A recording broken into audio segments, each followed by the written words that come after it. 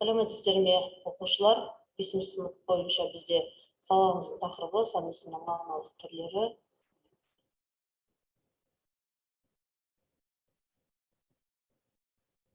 Бүгінгі сабағымыздың мақсаты яғни сан есімнің мағыналық түрлерін ажырату. Яғни ең бірінші сан есім дегеніміз не дегенде, яғни заттың санын, мөлшерін, ретін, шамасын білдіретін сөз табы. Сан есім жеке айтылғанда абстракты сандық ұғымдардың атауына болғандықтан, нақты мағыналары басқа сөздермен қарым-қатынасқа түсу кезінде олардың сан жағынан анықтау барысында айқындалады. Яғни біз бүгін бұл сан есімнің енді әр 6 мағыналық түрлеріне жеке-жеке тоқталуымыз керек. Бізде сан есімнің 6 мағыналық түрі бар. Ең біріншісі ол есептік. Яғни есептік сан есім дегеніміз заттың нақты дәл санын білдіреді. Оның сұрағы яғни қанша, неше. Мысалы, 3456 оқулық. Яғни бұл жердегі жаңағы есептік сан есім 3456. Екіншісі реттік сан есім. Яғни реттік сан есім есептік сан есімдерге ыншы, інші, нышы, нышы деген жұрнақтарды қосу арқылы жасалады. Белгілі бір заттар мен құбылыстардың сандық ретін білдіретін сан есімнің мағыналық түрі. Яғни сұрағы бұның нешінші. Яғни Тамара атты 7-ші класты сыныпта оқып жүрген жалғыз қызым бар. Яғни бұл жердегі жаңағы сан есімнің мағыналық түрі 7-ші. Үшінші сан есімнің мағыналық түрі бізде ол жинақтық сан есім. Жинақтық сан есімдер 1-ден 7-ге дейін ғана алып еу жұрнақтары жалғану арқылы жасалады. Оның сұрағы яғни нешеу. Яғни 1, 2, 3, 4, 5, 6, 7 деп айтамыз. Мысалы, түйе 1, ат 2, қасқыр 5 дегендей. Төртінші сан есімнің мағыналық түрі ол яғни топтау сан есім.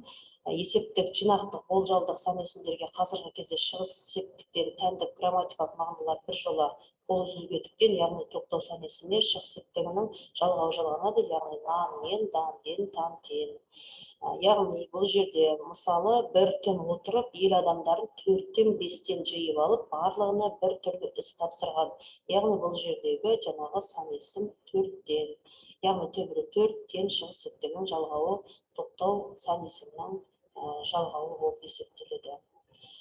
Бесінші сан есімнің мағыналық түрі ол болжалдық сан есім. Болжалдық сан есімдер белгілі бір зат пен құбылыстың санын мөлшерін дәл атамай, тұспалдап қана шамамен айтылатындар.